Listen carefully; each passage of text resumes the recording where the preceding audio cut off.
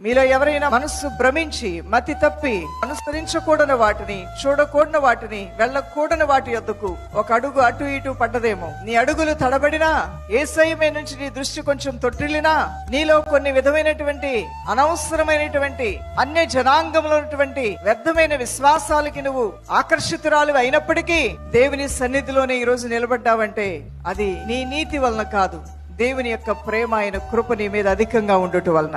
ఆయన నిన్ను మర్చిపోడు. ఏనాడైతే యేసుని రక్షకుడిగా అంగీకరించావో అప్పటి నుంచి కూడా ఆ దేవుని యొక్క రక్షణ వస్త్రము, ఆ మహిమ వస్త్రము, ఆ దేవుని యొక్క సన్నిధి నిన్ను అంటి పెట్టుకునే ఉంది. నువ్వేది చేసినా, నువ్వు పడుకున్నది, నువ్వు కూర్చుంది, నువ్వు లేచింది, నువ్వు తలస్తుంది, అన్నీ దేవునికి ఎరుకే.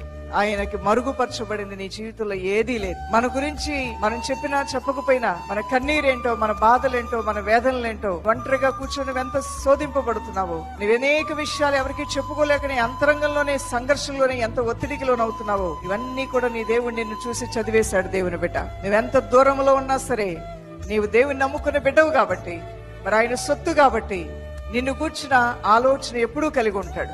నువ్వు అడిగినా అడగపోయినా, నువ్వు దైవ కార్యాల గురించి యోచించకపోయినా, నీ జీవితం మీద యేసయ్యకి అధికారం ఇచ్చావు కాబట్టి ఆ అధికారం కొలది నీ జీవితంలోనికి ఆయన దిగివచ్చి నీ హృదయంలో ఏముందా అని నిశ్చితంగా పరీక్షించి పరిశీలిస్తాడు. ఎందుకు నీ గుండెలు బరువెక్కాయి? ఎందుకు నీ నోట నవ్వు లేదు? ఎందుకు నువ్వు దిగులుతో ఉన్నావు? దేని వల్ల నువ్వు ఎందుకు చింతపడుతున్నావు? నీ చింతకు గల కారణం ఏంటి? నీ కన్నీటి ప్రార్థన గల కారణం ఏంటి అని తెలుసుకోవడానికి ఎన్నోసార్లు నీ ఇంటికి యేసయ్య వచ్చాడు. అందువల్లనే ప్రతి క్షణము నీ జీవితంలో పెను తుఫాన్లు వంటి శోధనలు వచ్చినప్పటికీ కూడా అన్నిటినీ తాళుకోగలిగావు, అన్నిటినీ తట్టుకోగలిగావు, అన్నిటినీ జయించగలిగావు. నేనేనా ఇంత బలహీనరాలు? నేనేనా ఇంత పెద్ద పెద్ద పెను తుఫాల్ని దాటాను?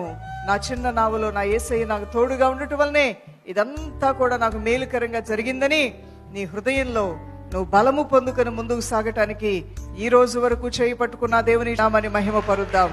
దేవుడు కృపగలవాడు, ఆయన మంచివాడు, ఆయన గొప్పవాడు, ఆయన ఎవరికి కీడు చేసే దేవుడు కాదు. అటువంటి దేవునితో నువ్వెప్పుడు కూడా ఫ్రెండ్షిప్ మెయింటైన్ చేయాలి, రిలేషన్షిప్ మెయింటైన్ చేయాలి.